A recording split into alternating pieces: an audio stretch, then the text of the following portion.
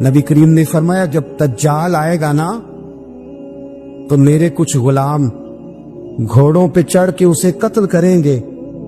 قربان جاؤں محبوب کے انداز گفتگو پہ۔ حضور فرمانے لگے وہ جو میرے غلام اسے قتل کریں گے نا، میں ان غلاموں کے نام جانتا ہوں۔ فرمایا میں ان کے باپوں کے نام بھی جانتا ہوں، فرمایا میں ان کے قبیلے بھی جانتا ہوں۔ محبوبہ تیرے کرم پہ قربان جائیں۔ حضور فرمانے لگے جن گھوڑوں پہ چڑھ کے وہ جہاد کریں گے میں ان گھوڑوں کے رنگوں کو بھی جانتا ہوں۔ حضور اونٹنی پہ ہے، احرام باندھا ہوا ہے، 1,40,000 کم و بیش غلام سامنے کھڑے، عرفات کا میدان۔ محبوب فرمانے لگے پہلا جملہ، جو درد والے تھے وہ تڑپ گئے، یہ سارے درد والے تھے لیکن کچھ زیادہ مزاج شناس تھے۔ محبوب نے پہلا جملہ کہا، حضور فرمانے لگے لوگوں جس طرح آج اکٹھے ہوئے ہیں شاید اس کے بعد دوبارہ ہم اکٹھے نہ ہوں۔ پہلا اعلان ہی کر دیا کہ یہ تمہارے ساتھ جو آج خطبہ ہے نا اس میں اشارہ دے دیا کہ دوبارہ نہیں جمع ہوگے، اگلا حج نہیں کرنا، بس ختم ہوئی بات۔ یہ آخری پہلی بات ہی حضور نے یہ بیان۔ اب وہ اتنے دل نرم ہو گئے حضور کی بات سن کے، آنکھوں میں آنسو اس طرح آ گئے، طبیعت کا ملان اتنا بڑھ گیا کہ ہر ایک کا دل کشکول بن گیا، ہر طرف سے آہیں اور سسکیاں ہیں کہ حضور کے وہ جملے یوں صحابہ لے رہے تھے جب آپ سے کوئی کہہ دے کہ بھائی یہ وقت بس آخری ملاقات کا ہے، تو پھر انہوں نے وہ تو حضور کی ہر بات ہی توجہ سے سنتے تھے، پر یہاں جو انداز بن گیا وہ انوکھا بن گیا۔ فرمایا شاید دوبارہ ملاقات نہ ہو۔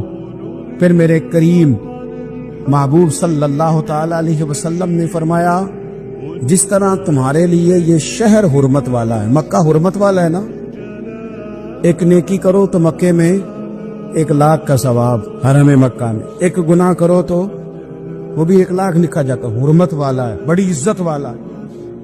فرمایا جس طرح یہ گھر عزت والا ہے کعبہ، جس طرح یہ شہر عزت والا ہے، فرمایا جس طرح آج کا دن حرمت والا ہے۔ مسلمانوں میں تمہیں بتا کے جا رہا ہوں، تمہیں سمجھا رہا ہوں، اسی طرح میں نے تم سب پر ایک دوسرے کے مال اور عزت کو حرمت والا کر دیا ہے۔ اور صحابہ کو نا حضور نے پہلے یہ سبق پورا حضور نے پوچھا، یہ بھی ذرا کمال ہے، یہ بخاری مسلم کی حدیث ہے۔ حضور نے صحابہ سے پوچھا 9 ذی الحج ہے، جمعے کا دن ہے، ذی الحج کا مہینہ ہے، سب کو پتہ ہے، لیکن نا آپ جمعہ پڑھنے ہیں تو میں آپ سے کہوں کہ آج کون سا دن ہے تو آپ کہیں گے جناب جمعہ ہے، عجیب آدمی ہے جمعہ پڑھا رہے ہو۔ لیکن جو صحابہ کا انداز ہے وہ اور ہے۔ حضور نے پوچھا آج یہ کون سا مہینہ ہے؟ یہ ادب ہے، یہ مقام ہے، یہ وہ مقام ہے جہاں بہت سارے صرف عقل والے بندے جو ہوتے ہیں نا وہ بیچارے گرتے پھڑتے ہیں، کہتے ہیں جی بات آتی ہو تو بتانی چاہیے، یہ کیا بات ہوئی جی بندہ بولے ہی نا، یہ کیا لیکن کچھ لوگ ایسے ہیں جن کا دھارا ادب کچھ اور ہوتا ہے، انہیں ڈھیروں باتیں بھی آتی ہوں تو ہر جگہ بات کرنے کی نہیں ہوتی، سب جگہ کہانیاں سنانے کی نہیں ہوتی۔ حضور نے فرمایا کون سا مہینہ ہے؟ قربان جائیں بھیا کو زبان ہو کے کہنے لگے واللہ و رسولہ عالم، اللہ جانے اللہ کا رسول جانے، سانو تے قید سجن دا گہنا ہے، او جنج رکھے اساں اونج رہنا ہے، ہمیں کیا پتا؟ پوچھا کسی نے، لکھا ہے صوفیاء نے، کسی نے پوچھا تمہیں پتہ نہیں، کہنے لگے چپ کر، ہمیں کیا پتا کون سا مہینہ ہے؟ تو حضور نے فرمایا آج تاریخ کون سی ہے؟ میں سب کو پتا تھا نا 9 ذی الحج کو یہ حج ہوتا ہے، کون سی تاریخ ہے؟ کہا واللہ و رسولہ عالم، اللہ جانے اللہ کا رسول جانے۔ قربان جائے حضور نے پوچھا دن کون سا ہے؟ سب کو پتا ہے جمعہ ہے، کہنے لگے واللہ و رسولہ عالم، اللہ جانے اور اللہ کا۔ وہ صحابہ بتا کیوں نہیں رہے؟ پہلے محبت کہتے ہیں، صحابہ کا جواب یہ تھا ہمیں کوئی مہینوں سے غرض ہے، ہمیں کوئی دن سے غرض ہے، ہمیں کوئی تاریخ سے غرض ہے؟ حاجیو آؤ شہنشاہ کا روزہ دیکھو، کعبہ تو دیکھ چکے، کعبے کا بھی کعبہ دیکھو، ہمیں تو محبوب سے غرض ہے۔ مہینہ تھا ذی الحج کا، اگر حضور کہہ دیتے ذی الحج نہیں ذی قعدہ ہے تو ہم نے ذی قعدہ ہی بنا لینا تھا۔ تاریخ تھی 9، اگر حضور فرما دیتے 11 ہیں تو ہم نے 11 ہی بنا لینی تھی. دن تھا جمعے کا, اگر حضور کہتے پیر ہے تو ہمیں کیا لگے, ہمیں تو محبوب کی رضا چاہیے. آپ دیکھیں نا, ایک صحابی کے ہاتھ ذرا لمبے تھے تو حضور نے فرمایا یا ذوالیدین, اور لمبے ہاتھوں والے. ان سے کوئی پوچھتا نام کیا ہے تو کہتے میرا نام ہے 2 ہاتھوں والا. او بھائی میرے بھی 2 ہیں, تم کیوں 2 ہاتھوں والا؟ کہنے لگے یہ نہیں مجھے پتا, مجھے نبی پاک نے کہا 2 ہاتھوں والا. تو ٹھیک ہو گئی جو حضور نے نام رکھ دیا.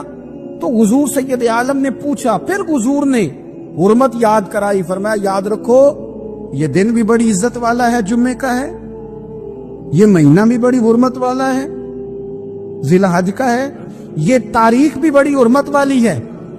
لیکن فرمایا جس طرح اس دن کی, اس شہر کی, اس مہینے کی تم نے عزت کرنی ہے, اسی طرح ایک دوسرے کے مال کا, ایک دوسرے کی عزت کا تم نے پاس کرنا. مسلمان بھائیوں, خدا را یہ حضور کہہ رہے ہیں یار. نبی پاک نے کعبہ کے سامنے کھڑے ہو کے فرمایا بیت اللہ تیری بڑی شان ہے, تیرا بڑا مرتبہ ہے, لیکن فرمایا میرے مومن کی عزت رب کی نظر میں کعبے سے بھی زیادہ ہے.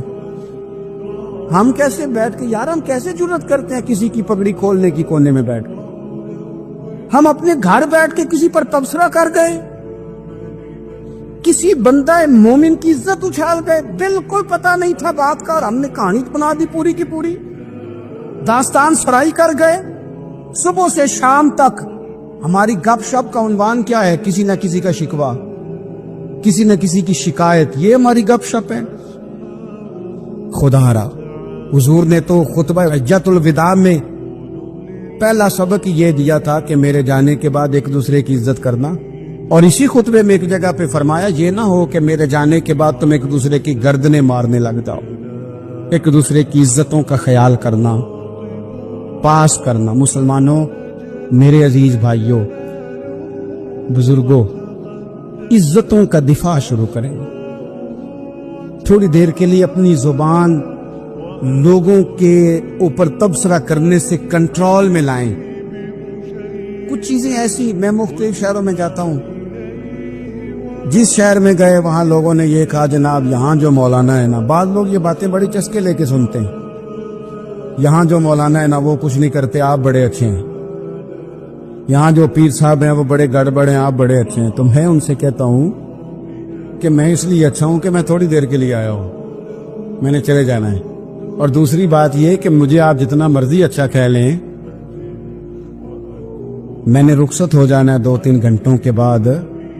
یہاں جس آدمی کا آپ شکوہ کر رہے ہیں نا, آپ اس کو جنازے کے لیے خبر کریں نہ کریں, اسے پتہ چل گیا نا محلے میں جنازہ ہو گیا, تو اسے کوئی کام بھی ہوا تو اس نے کہنا یار نہیں محلے میں فوتگی ہوگی, میں نے جنازہ پڑھانا ہے, اس نے جانا نہیں.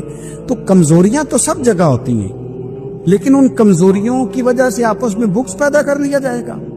اور پھر کمال بات ہے نا کہ اپنی ساری کمزوریوں سمیت اپنے آپ سے پیار ہے, اپنے آپ سے محبت ہے, اور دوسرے کی ایک کا پتہ چل جائے تو ہمیں گھن آنے لگ جاتی. تو حضور نے خطبہ حجۃ الوداع کے موقع پر یہ بات ارشاد فرمائی. دوسرا حضور نے فرمایا لوگوں یاد رکھنا, یہ خطبہ حجۃ الوداع میں نبی پاک نے فرمایا, یہ حضور خطبہ دے رہے ہیں, اور اس وقت دے رہے ہیں جب حضور صحابہ کو بتا چکے ہیں کہ یہ آخری ملاقات ہے. جو دور دراز سے آئے ہیں ان کو بتایا ہے کہ یہ میری تمہاری جو مجلس ہے, جو محفل ہے, جو تم سے بات ہو رہی ہے, یہ آخری ہے.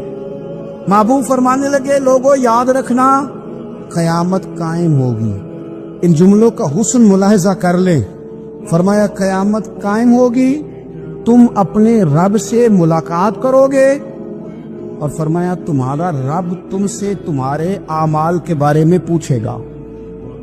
یہ خطبہ حجۃ الوداع میں کریم نے فرمایا. صبح تم اٹھے, کیا عمل کیا, اللہ پوچھے گا. کسی سے ملاقات ہوئی, طرز کیا تھی, سوچ کیا تھی, اللہ پوچھے گا. لین دین میں کیا معاملات تھے, تمہارے اعمال کے, اللہ سے ملاقات ہوگی, وہ کھڑا کر کے پوچھے گا. اور حدیث میں کئی جگہ پہ حضور نے فرمایا وہ تم سے سوال کرے گا, تمہیں جواب دینا ہے. میرے عزیز بھائیوں, تیار رہنا چاہیے, تیار. ہم نہ منت کرتے ہیں آخری دن ہونا, تنخواہ دار لوگ کہتے ہیں یار یہ آخری ایام چل رہے ہیں, کوئی خرچہ نہ بتاؤ, اس لیے کہ حساب کے متھے لگنا ہے. آخری دنوں میں، بجٹ کے دنوں میں لوگ پریشان ہوتے ہیں کہ حساب دینا ہے. جب رب سے ملاقات کریں گے اور وہ حساب مانگے گا، کتنا مشکل کام ہے. اور ایک مقام پہ حضور نے فرمایا جس سے اللہ نے حساب مانگا وہ تو الجھ گیا. دعا کرو وہ حساب مانگے نہ، بے حساب ہی بخشش فرما دے. نبی پاک صلی اللہ تعالی علیہ وآلہ وسلم نے ارشاد فرمایا اسی خطبہ حجۃ الوداع میں، حضور فرمانے لگے سن لو، میں نے تم تک اللہ تعالیٰ کا پیغام پہنچا دیا ہے. اب جس شخص کے پاس امانت رکھی ہو اس پر لازم ہے کہ وہ امانت اس تک پہنچا دے جو اس کا مالک ہے. ہم بہت سارے لوگ ایسے ہوتے ہیں ہمارے پاس امانتیں ہوتی ہیں، کچھ بھی نہ ہو تو کچھ لوگوں کے راز کی امانت ہوتی ہے، کچھ بھی نہ ہو تو کچھ لوگوں کی باتیں ہم تک پہنچ جاتی ہیں، وہ راز ہوتا ہے، وہ امانت ہوتی ہے. مجلس کی گفتگو بھی امانت ہے، لیکن ہم امانتوں کا خیال نہیں کرتے، خیانت ہو جاتی ہے. بہت محتاط ہو کر اپنی زندگی میں امانتوں کا خیال کیا جائے. یا ایھا الذین آمنوا لا تخونوا اللہ والرسول وتخونوا اماناتکم وانتم تعلمون. اللہ فرماتے ہیں ایمان والو، نہ رب سے خیانت کرنا، نہ رب کے رسول سے خیانت کرنا، نہ آپس میں ایک دوسرے سے خیانت کرنا، جانتے بوجھتے ہوئے یہ کام نہ کرنا. وانتم تعلمون، جانتے ہو، تمہیں پتہ ہے. کبھی بھی بددیانتی کا مظاہرہ نہ کریں اپنی زندگی میں، کبھی بھی. اور یہ بھی یاد رکھ لیں، بچوں کو کیا پتا کہ ہمارا ابا حلال لا رہا ہے کہ حرام لا رہا ہے. آپ لا رہے ہیں نا، تو وہ تو بیچارے بھولے پن میں کھا رہے ہیں، تو حساب آپ نے دینا ہے. جنہ لی تو پاپ کمائے ہن کتھے نہیں ہو تیرے کر دے بلانا. تو بچوں کا تو یہ معاملہ ہے بھائی، اللہ ماشاءاللہ کہ وہ وقت پہ ہی شادی کے 10-15 دن کے بعد ہی ان کو پیغام مل جاتا ہے کہ اگر ہمارا علیحدہ گھر ہو تو میں مرضی سے سجاؤں، تو میں مرضی سے سواروں، تو میرا کوئی مطلب اپنا سلسلہ ہو. تو بڑے ٹائم پہ ساری باتیں شروع ہو جاتی ہیں، وہ تو معاملہ ہی بالکل اور ہے. تو بالکل کسی بھی امانت میں کبھی بھی خیانت کرنے کی کوشش نہ کریں. اور یاد رکھیں، مال حرام جہاں آتا ہے وہاں بڑی تباہی آتی ہے. جہاں لوگ بددیانت ہو جاتے ہیں وہاں معاملات بڑے خراب ہو جاتے ہیں. اللہ تبارک و تعالی دیانتداری کی توفیق عطا فرمائے. حضور نے خطبہ حجۃ الوداع کے موقع پر فرمایا میں نے آج جاہلیت کے سارے سود ختم کر دیے. نبی پاک میدان عرفات میں کھڑے ہو کے فرمانے لگے جس بندے نے بھی کسی سے پیسے لیے ہیں وہ اصل رقم دے گا، زائد نہیں دے گا. حضور کے بڑے قریبی تھے ایک، فرمایا انہوں نے بھی کچھ لوگوں سے پیسے لیے ہوئے، چونکہ وہ سب لوگ کرتے تھے، حرام ہی نہیں تھا. فرمایا میں ان کو بھی حکم دیتا ہوں کہ یہ اصل رقم وصول کریں گے، کسی سے ایک پائی بھی زیادہ وصول نہ کریں گے. نبی پاک صلی اللہ تعالی علیہ وسلم نے خطبہ حجۃ الوداع میں ایک باریک بات حضور نے بھی، یہ آپ نے ضرور سمجھنی ہے، بالخصوص جو لوگ تھوڑا دین پر عمل کر رہے ہیں، جن کا لبادہ مذہبی ہو گیا، جنہیں لوگ حضرت صاحب، قاری صاحب، علامہ صاحب، مفتی صاحب، حاجی صاحب، بزرگوں کہہ کے بلاتے ہیں، وہ اس پر توجہ کریں. میرے نبی پاک صلی اللہ علیہ وسلم نے خطبہ حجۃ الوداع کے موقع پہ ارشاد فرمایا لوگو، شیطان اب مایوس ہو گیا ہے، وہ تم سے بتوں کی پوجا نہیں کرا سکے گا. ہاں، وہ تمہیں چھوٹے چھوٹے گناہوں میں مبتلا کرے گا، وہ تم سے چھوٹے چھوٹے عیب کرائے گا، تم سمجھو گے یہ تو غلطی کوئی نہیں. فرمایا اس سے بچ کے رہنا. اب وہ مایوس ہو گیا، بتوں کی پوجا نہیں کرا سکتا، تمہیں اپنی پوجا نہیں کرا سکتا، لیکن چھوٹی چھوٹی غلطیاں. ایک مقام پہ فرمایا نا، چھوٹا گناہ ہونا تو مومن اسے پہاڑ سمجھتا ہے، اتنا بڑا ہو گیا، اور منافق کہتا ہے یہ تو کچھ بھی نہیں. تو اپنی زندگی کے اندر چھوٹی چھوٹی کوتاہیاں، حضرت سعدی فرمایا کرتے تھے سیلاب اچانک نہیں آتے، پہلے چھوٹا سا سوراخ ہوتا ہے دریا کے کنارے، اسے بند نہ کیا جائے پھر بڑا ہو جاتا ہے، پھر وہ ٹائم آتا ہے کہ بند ٹوٹ جاتا ہے، بستیاں ڈوب جاتی ہیں. پہلے چھوٹا گناہ انسان کرتا ہے، چھوٹا، پھر اس سے آگے بڑھتا جاتا ہے اور بڑی بڑی غلطیاں ہوتی ہیں. اللہ تبارک و تعالی ہمیں رائی کے دانے کے برابر بھی غلطی کرنے سے محفوظ فرمائے. نبی پاک صلی اللہ تعالی علیہ وسلم نے اسی موقع پر ارشاد فرمایا لوگو، اللہ سے ڈرتے رہنا، اور میں تمہیں عورتوں کے ساتھ بھلائی کی وصیت کرتا ہوں. فرمایا رب نے تمہیں اختیار دیا ہے، عورتیں تمہارے سپرد کی ہیں، ان سے اچھا سلوک کرنا.